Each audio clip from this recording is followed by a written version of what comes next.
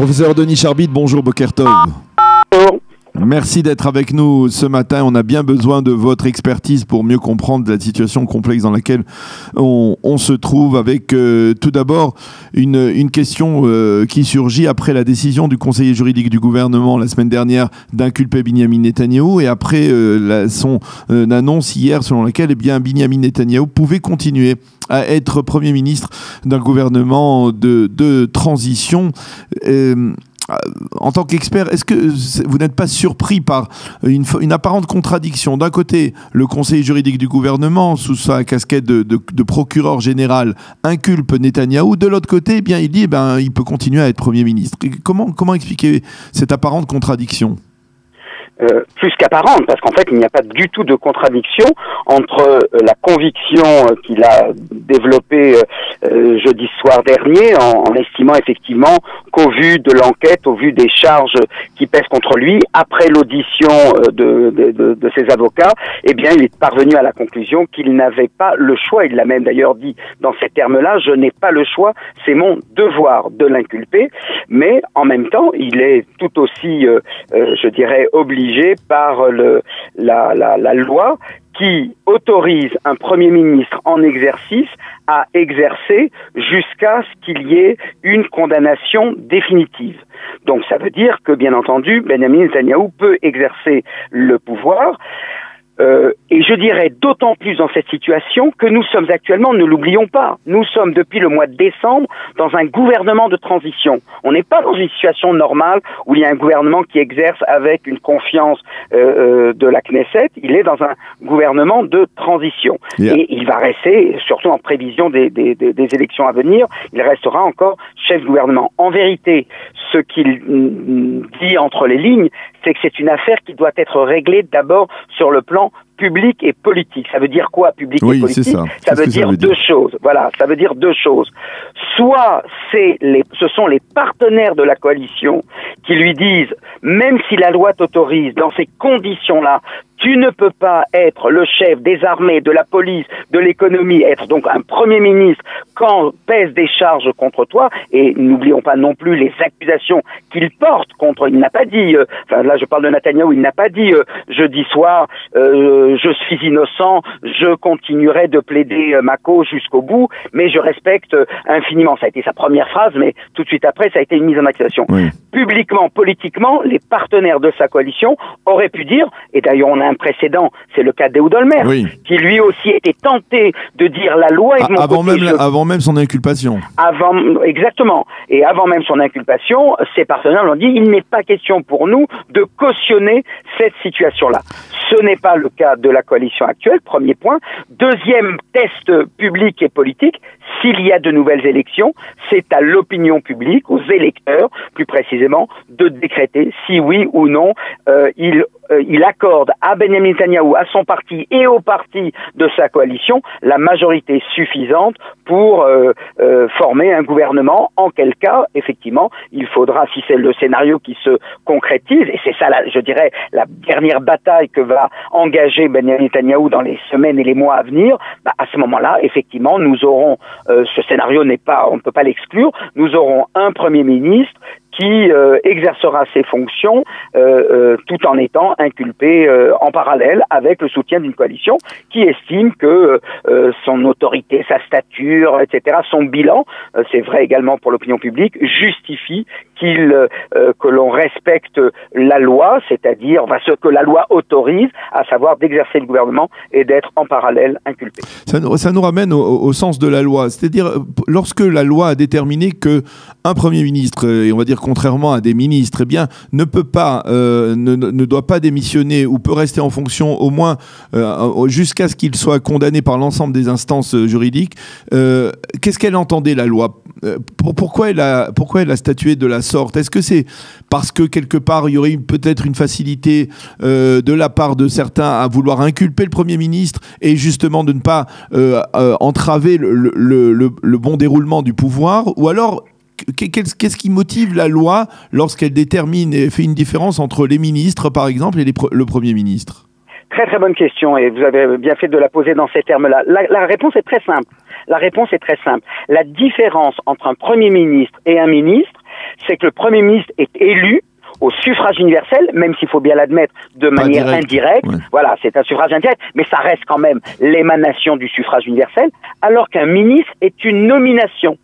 Et donc, une nomination, c'est pas nous qui l'avons désigné, et donc on estime dans ce cas qu'un ministre doit démissionner, et d'ailleurs c'est la raison pour laquelle, il faut le dire également, aujourd'hui, ou hier plutôt, Netanyahou a été sommé de démissionner de tous ses postes ministériels, puisqu'il, en tant que ministre, il n'a plus l'autorité, il n'a plus la légitimité pour exercer son pouvoir.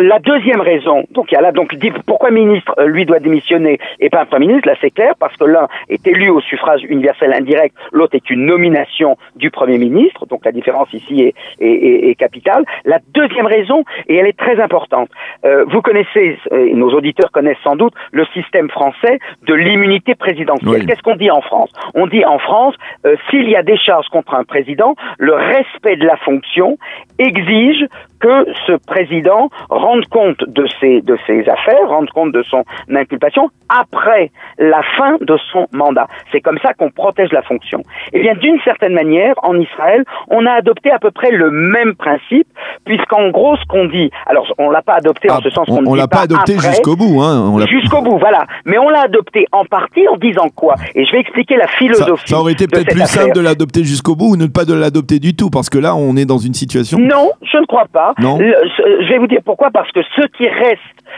préserve, c'est-à-dire là justement vous parlez de contradiction et je vous avais dit que je n'en vois pas, là pour le coup oui il y a une contradiction entre le fait qu'il s'agit d'un Premier ministre inculpé, mais de l'autre côté quelqu'un qui bénéficie d'une légitimité du suffrage universel, et de surcroît, et c'est ça qui est très important de comprendre, c'est qu'il bénéficie de la présomption d'innocence. Oui. Et qu'est-ce que fait, et là moi pour le coup, moi je dois dire que j'admire précisément le fait que d'un côté on ne dit pas il est au-dessus de tout le monde et donc on attend, on va lui réserver un autre sort que celui de n'importe qui d'entre nous.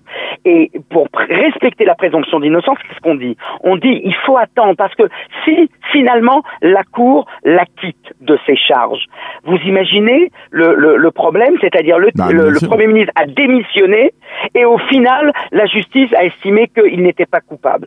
Pour éviter cette situation-là, où précisément les charges retenues contre le Premier ministre seraient nulles et non avenues, on dit c'est la raison pour laquelle tu peux continuer d'exercer le pouvoir. Alors en même temps, et là je dirais pour ma part, moi, Denis Jarvit, comme citoyen israélien, moi ce qui me choque, ce n'est pas qu'il respecte la loi, je ne vais pas reprocher à qui que ce soit de respecter la loi, mais c'est comme je l'ai dit tout à l'heure, c'est le fait qu'en parallèle de son inculpation et de l'exercice du pouvoir, il a un discours que je trouve très violent et je dirais vraiment sincèrement insupportable par rapport aux autorités sur lesquelles il exerce son propre pouvoir. C'est-à-dire qu'il est le chef de la police, il n'est pas bien sûr ministre de la police, mais il est le chef de la police dont il dit ils ont fabriqué un dossier contre moi. Ça, c'est inconcevable. S'il avait dit, vous dites que Netanyahou... je suis innocent, oui. Je suis innocent et je prouverai mon innocence à la barre, et je respecte infiniment et la loi et tous les corps constitués, j'aurais dit, écoutez, il est dans son droit, la loi l'autorise à le faire, qu'il a jusqu'au bout.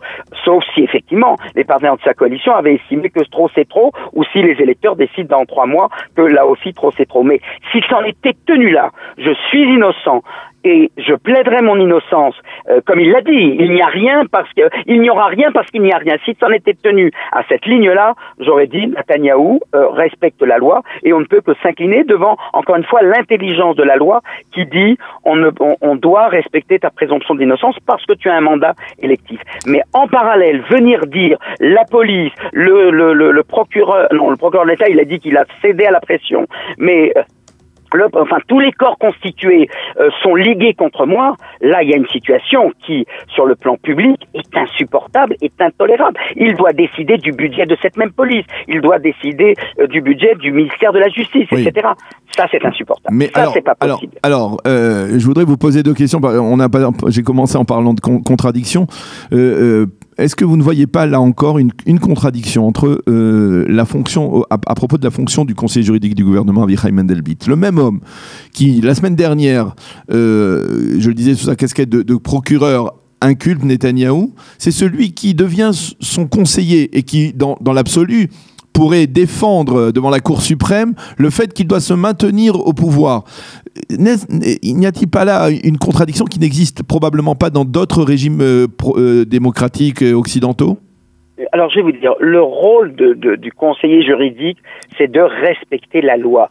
Si Netanyahou n'avait été que ministre, il aurait conclu autrement. Je dirais que mais le rôle aussi de Mandelblit, c'est celui qui a eu la décision finale et définitive concernant l'inculpation du Premier ministre. Mais attention, n'oubliez pas que ça, c'est un privilège que la loi, une fois de plus, accorde au Premier ministre, mais aussi aux députés et aux maires de toutes nos villes, en ce sens que si la police déclare leur inculpation, eh bien il y a un sas de transition parce que ce sont des personnalités élues et qu'il doit auditionner, il doit considérer. Lui, il ne fait pas d'enquête. Lui, il est là pour considérer, au vu des preuves qui sont alléguées contre, en l'occurrence ici, un Premier ministre, est-ce qu'elles sont suffisantes, est-ce qu'elles s'entraîneront soit condamnation. Ce qu'a dit Mandelblit jeudi soir, c'est au vu des preuves et des charges retenues contre Netanyahou, n'importe quelle cour le condamnera. C'est son intime conviction. Et il n'y a pas de contradiction. Et d'un autre côté, on lui demande, c'est un autre rôle, c'est une autre fonction. Alors on pourrait les dissocier, on pourrait dire c'est une autre personne. Mais en quoi si la personne... Parce que comment j'imagine que depuis des mois où un Mandelblit enquête avec le parquet, la police, etc., comment un homme comme cela peut-il après donner des conseils à Binyamin Netanyahou qui siège à côté de lui dans un conseil des ministres? Alors, Daniel Haïk, là, vous dites autre chose. Vous dites, cette loi est problématique, il faut la changer, il faut dissocier les fonctions. Mais on ne peut pas, et ça, je dirais que voilà le mal qui nous mine depuis des semaines et des mois. On est en train, en temps réel, comme on dit, d'inventer de nouvelles lois et de vouloir de nouvelles procédures. Ça, c'est maintenant trop tard. Les deux fonctions sont unifiées. Il faut... Alors, si demain, la nouvelle Knesset décide que cette situation-là ne doit pas pouvoir être reproduite, et je veux bien l'admettre, je veux bien entendre votre critique, eh bien, il faut que la Knesset se réunisse et décide de changer une nouvelle loi, de faire une nouvelle loi, mais une loi générale.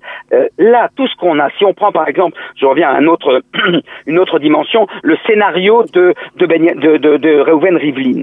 Il va se mettre en congé provisoirement. Oui, à ceci près que la loi actuelle, elle parle d'un congé de 1 mois à 3 mois pour des raisons médicales, de santé, etc. Pas une raison... Alors, cette idée qu'on a qu'il faut tout changer au dernier moment parce que ça ne favorise pas telle ou telle personne, ça, c'est pas possible. On doit... alors, moi, je veux bien entendre votre incrimination, votre stupéfaction, mais à ce moment-là, eh bien, on change la loi et on dit désormais, pour éviter ce cafouillage, cette confusion entre le conseiller et le procureur, on va diviser en deux la fonction. Donc, on peut pas changer maintenant la règle du jeu. On peut pas en cours de route changer la règle du jeu. Voilà. Eh bien, voilà, nous sommes malheureusement limités par le temps. On aurait aimé discuter avec vous encore plus longtemps. Denis Charbit, merci beaucoup d'avoir été avec nous ce matin sur Studio Qualité, nous avoir aidé à mieux comprendre un peu cette situation complexe et, on va dire, sans précédent dans l'histoire politique de l'État d'Israël. Merci et bonne journée. Shalom. Bonne journée.